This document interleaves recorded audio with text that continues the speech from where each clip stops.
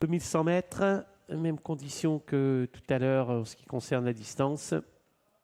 Et voilà parti, bon départ collégial, j'ai envie de dire, avec au centre une casaque violette, celle d'Ivichak River qui vient très vite. Bon départ également de Sapristi, numéro 2 qui fonce, de Waya Waya pour aborder le premier virage et de Nuit Fauve qui s'est rapproché aux côtés de Spanish Time. Spanish Time, Nuit Fauve, Galloping Hogan, voilà les trois premiers pour sortir du tournant. En épaisseur, il y a Sapristi qui commence néanmoins à essayer de se rabattre. C'est un leader par défaut. Hein. Regardez, il y a beaucoup de chevaux qui tirent, personne ne peut véritablement prendre la tête.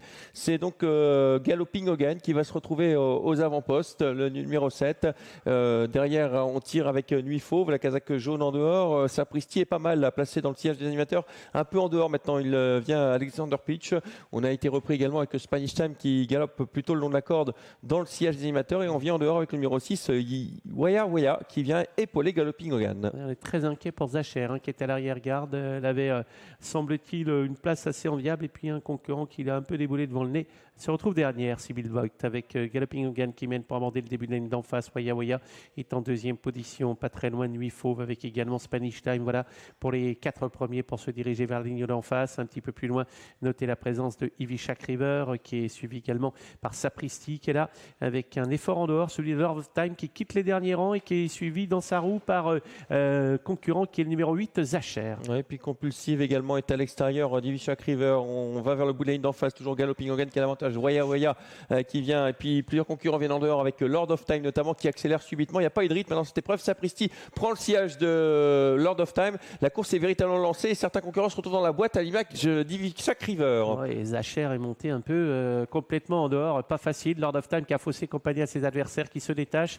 En deuxième position, Galloping Hogan. En troisième position, il y a Sapristi, une victoire sans doute allemande dans cette course. Et puis loin derrière, c'est Lover Mimi détaché Lord of Time pour aborder la ligne droite de Sapristi. Le Spanish Time qui revient avec également à l'extérieur Lover Mimi. Les autres sont en difficulté avec toujours Lord of Time qui a l'avantage. Mais voilà Sapristi maintenant de plus en plus fort qui est lancé à sa poursuite. Lord of Time qui va essayer de résister à Sapristi qui précède encore à Ivichak River qui termine de plus en plus fort. Lord of Time qui va l'emporter. Ivichak River qui va ravir la deuxième place. La troisième pour Sapristi. La quatrième en dehors pour Lover Mimi devant le 11 Compulsive qui a bien terminé. Ouais, victoire de Lord of Time.